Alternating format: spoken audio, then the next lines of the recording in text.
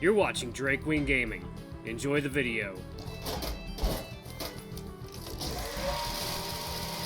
Hey guys and gals, Never here from Drake Wing Gaming, and some of you on Twitter, the Gaming Drag. Today I'm coming back at you another Let's Play episode of Promises to Keep. I've decided to make this run about Ollie. I have a weakness for raptors, y'all, what can I say? So, this is the run that's going to be dedicated to Ollie, the cute raptor boy. And then we'll do Rofi, because I missed one of Rofi's key scenes earlier, so we're just going to do that in the second playthrough. Anyway, let's go ahead and jump right back in. Alarm chain, you were up. And let's go... Ollie. There we go. Alright. Hey, I had to eat fast because I always had stuff going on during the day. Yeah, with our 6 classes and 17 different jobs on campus? Not 17, I had like 2. He stops and thinks for a second. And a volunteer position or 2 at the hospital. And that research position you really hated. Oh, you're right. At least I enjoyed my jobs. What kind of research and jobs? Oh, nothing special, just some medical nonsense, but I was completely out of my depth the whole time I worked in that lab. I was surrounded by crazy smart doctors and graduate students that just made me feel stupid. Oh, that really doesn't sound like fun. It wasn't, but I needed the experience to throw on my resume, and I guess it all worked out in the end. Used to come by my apartment to complain about his research mentors all the time. You'd think they were torturing him in the lab or something. Well, they kind of were. I just didn't speak up against them because I needed a recommendation letter. Hunter reaches for a dumpling and pops it into his mouth. And I taught on campus. The tutoring job I had was actually how I met this guy. He playfully thumps Hunter on the back after the raccoon finishes his bite. I pop a dumpling into my mouth and immediately pick up another 2. Rofi and Artemis really outdid themselves with these. Crispy on the outside and savory on the inside with hints of spice and sweetness from some complex sauce. Anyway, I was mostly tutoring for tuition and extra cash. My parents helped me for my first year or 2, but I ended up needing the jobs to make it work financially. His voice takes on a slightly wistful note. But I really did meet some of my closest friends through those opportunities. And I made good money, too. And I got to spend time with a cute puppy dog once a week. The tutors we have now don't measure up to him in the slightest. Hey, they're not that bad. Yeah, but you're good at everything, so I could just go to you with all my questions. Now I gotta figure out who's better at what topics and get help from a million different tutors. It's also annoying. Rofi rolls his eyes. God forbid the student has to put an effort to succeed academically. Hey, I was just trying to give you a compliment. Rofi giggles. I know. He leans in towards me. He texts me with his questions anyway. He just can't get enough of me. Hunter overhears that and playfully tackles him onto the floor. Their combined laughter fills the room and I can't help but laugh with them. I almost forgot how strong the sense of camaraderie was between college friends. I had managed to retain very many of my own, truthfully. Rofi and Hunter entangle themselves a moment later. Hunter sits back up and grabs another dumpling, but Rofi stays lying down. Anyway, do we have any idea what's going on tonight? Any events on the agenda?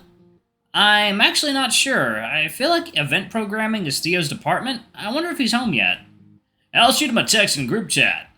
Rofi whips out his phone and pauses for a second. Paws poised over the screen. He'll see it when he gets home. He'll see it when he gets home anyway. Second, y'all.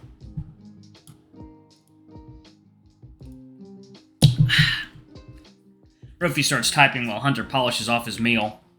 Whoa, that does it for me. But you had like 4 dumplings total. Is that enough for you? Yeah, I had a protein shake earlier, and those keep me decently full. Without looking up from his phone, Rofi chimes in. I keep telling him that he should be eating closer to his maintenance calorie level, but he doesn't listen. Hunter smirks. And I keep telling you that you should come to the gym with me. I do! You did like twice. Rofi whines and finally puts his phone down. But you know that I'm always tired from work and just want to lay in bed when I get home. Hunter very clearly bites back a scathing retort. Well, maybe we could all go sometime after the storm is over. Fine, I'll go with you guys. Sweet. All of our phones buzz. It's like Theo responded. Just got back and eating now. No plans, but maybe bar night? Rofi's face lights up. Bar night? There's a bar nearby that's open? No, I think he means the basement. Oh, right, I remember catching a glimpse of it earlier today. Rofi texts back excitedly, and pretty quickly a time is agreed upon for the impromptu event tonight. How exciting! I don't drink very much, but I'm sure Theo knows his stuff, right? He could make me something yummy. I'm sure he does, and anyway, you have me. I know my way around alcohol. Hunter turns to me. Oh, Rofi here is scared of parties, so whenever I pull up to one, I drink a little extra in his name. That's not good for you. I'm just trying to include you somehow, and I know you like it when I send you texts of all the drinks I'm having. Until I have to come to rescue you because you got too drunk. Okay, that's only happened once. At least twice from what I remember. Anyway, most drinks are usually too calorie heavy for me, so I only drink on occasion. Tipsy Hunter is so fun to be around, though. Remember that one time we tried mixing drinks at my place? Yeah, and half of what we made was horrible. I'm not trying to relive that night anytime soon. As they talk, I don't feel the need to say much. I'm content just listening to them relive old college memories. Being a witness to the conversation almost makes me feel like I was there, with them, having a good time. I think in another universe, the three of us would have made a great trio. Anyway, the three of us should go out for drinks sometime. When I'm not cutting calories, that is. Oh, I guess I forgot that we could just start hanging out as a trio now. All I have to do is put myself out there. Sounds fun! Oh, well, judging from Theo's text, we still have some time to kill. Any ideas? Everyone thinks quietly for a moment, then Hunter speaks up. Y'all ever been to a casino? Both Rofi and I shake our heads. I might not look it, but I love me a little gambling. He gets up and produces a pack of playing cards from his desk drawer, handing them to Rofi. Mind shuffling these for me? Sure! As Rofi shuffles the deck, Hunter pulls a small silver case out from his backpack. With a flourish, he opens it and pours a stack of poker chips onto the rug.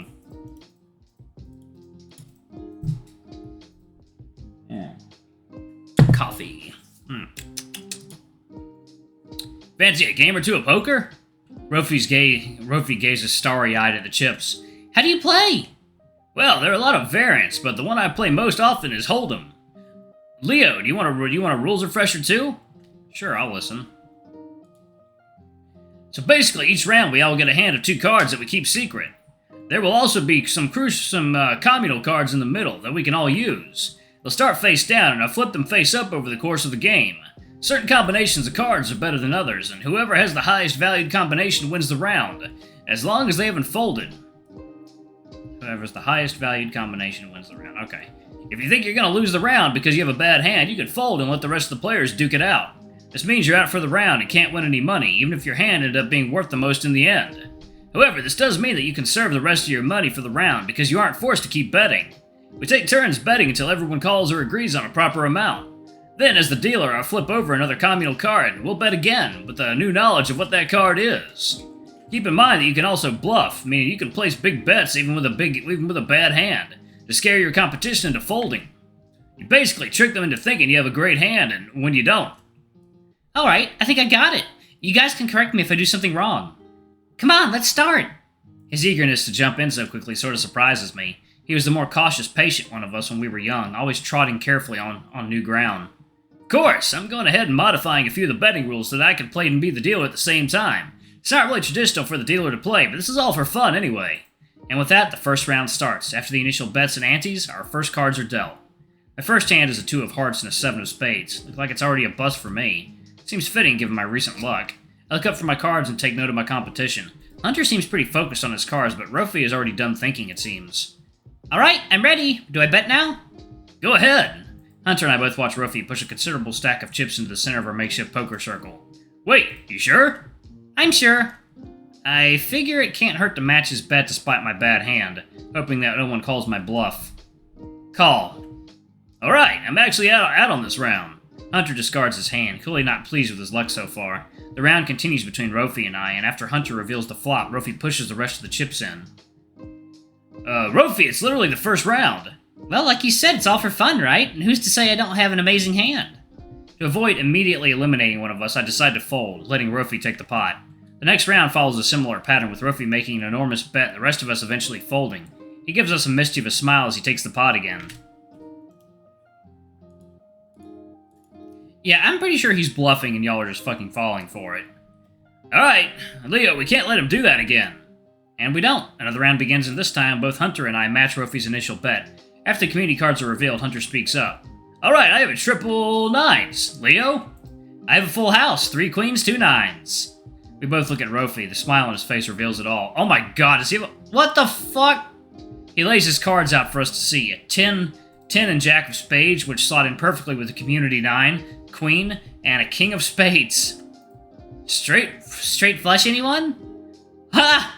Hunter lets out an incredulous huff at Rofi's luck. Yeah, okay, never mind, he was not joking. Okay, that's ridiculous. The second best hand in the game on your third ever round of poker? I guess I have some serious beginner's luck. With a teasing riff, he takes the pot for the third time, leaving Hunter and I with barely any money to play. After that, the game ends fairly quickly. Our bankroll isn't able to keep up with Rofi's.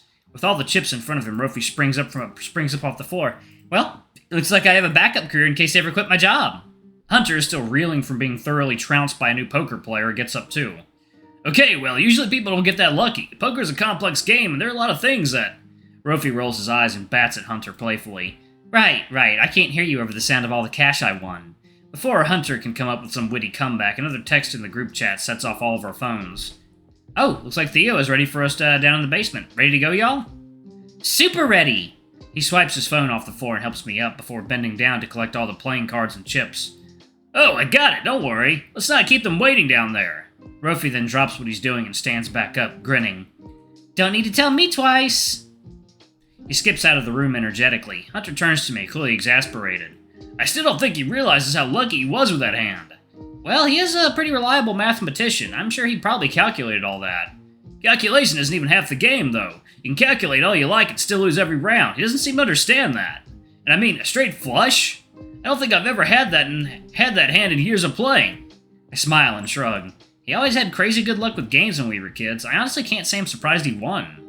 We'll just have to rematch him later. Hunter sighs and shakes his head, his easy smile returning. Anyway, let's hurry down. I'm sure they already started the festivities. Right behind you. Sure enough, by the time we reach the basement, everyone else has already gathered there. I'd only seen a fraction of it earlier, so now I take my time to fully examine the space. It's a little chilly, but spacious and comfortable. My eyes are immediately drawn to the pool table by the stairs, complete with a sufficiently fancy lamp. Next, they focus on an old-fashioned jukebox, glimmering gently in one corner of the room. And finally, a stately-looking movie projector and screen. Soft lighting illuminates the dark wooden bar and its matching shelves, packed with fancy-looking bottles, glasses, mixing equipment, and the works.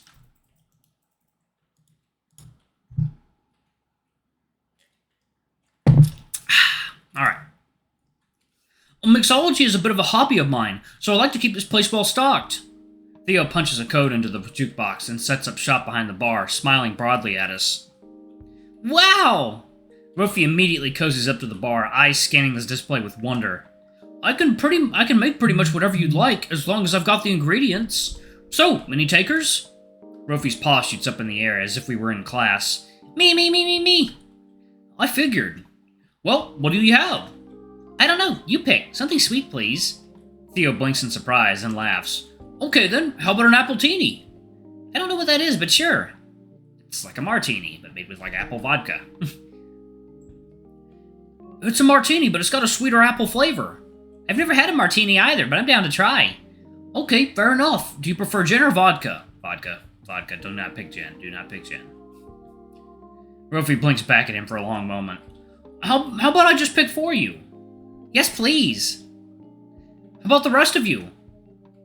Nothing for me, thank you. I'll just have water. Theo nods encouragingly. Sure thing. Hunter's bright eyes flick back and forth between Theo and the array of bottles. Yeah, alright, I'll have a little something, as a treat. There's no pressure, of course, if you'd rather not. Nah, I'm down, just, counting calories. Give me a shot of vodka, please. Hey, alright, a true college man. Theo teases, starting to tinker behind the bar. Ollie, anything for you? I'd have a mojito if that's okay. If you have the ingredients, I mean. If not, then... Theo cuts him off gently, looking over his shoulder with a smile. No trouble at all. Nice and easy to make. Mojito me, please. Ollie nods in gratitude and maneuvers himself onto the bar stool, gracefully draping his tail over the back. Last but certainly not least, Theo's eyes meet mine and he grins playfully. What's your poison, Leo? I'm gonna pause it right there, actually. Alright, thank you all so much for watching. Don't forget to like, comment, subscribe, ring that notification bell, and check out our Patreon if you can. It always helps. Before I go, I'm going to give a quick shout out to our lovely bronze tier patrons. Thank you all for all you do for the channel. We greatly appreciate your support. Thank you to our silver tier patron, Cade Silverman. Thank you for going a bit above and beyond. It's greatly appreciated. Thank you to our gold tier patron, Tresem Guy. You're awesome. We love you. Thank you for subbing to Ultimate Tier. Anyway, if y'all want to get your names in the credits, get access to all of our not safe for work contents as little as $5. Alrighty, I love you all, and I'll see y'all in the next video. Bye-bye!